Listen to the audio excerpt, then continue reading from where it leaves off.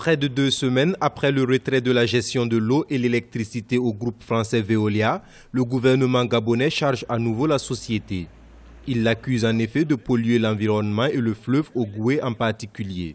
Tous les hydrocarbures qui s'infiltrent dans le sol sont connectés aux eaux souterraines et rejoignent inévitablement le fleuve Ogoué. Et donc on pollue les sols et donc c'est un problème sur le long terme. On a un problème d'exposition aussi du personnel qui travaille ici au contact des hydrocarbures sans forcément tous les équipements de protection adaptés. Et indéniablement, ces hydrocarbures se retrouvent dans le milieu naturel, notamment dans le fleuve qui est exploité pour l'eau potable. À ces accusations, Veolia a réagi à travers un communiqué. La société déclare que l'eau distribuée est toujours conforme aux normes de l'Organisation mondiale du commerce et aux règlements gabonais.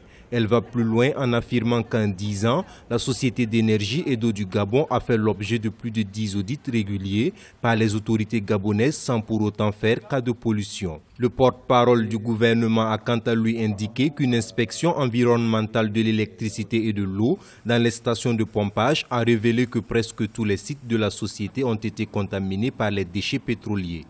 Il a par ailleurs répondu aux critiques qui accusent le gouvernement de ne pas faire assez et de seulement prendre des mesures tardivement. La décision n'a pas été prise conformément à la question environnementale.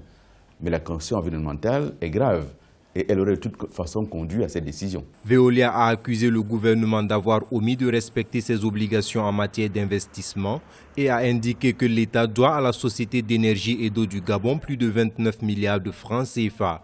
Le gouvernement affirme qu'il avait appelé à une vérification de sa consommation de 13 milliards de francs CFA.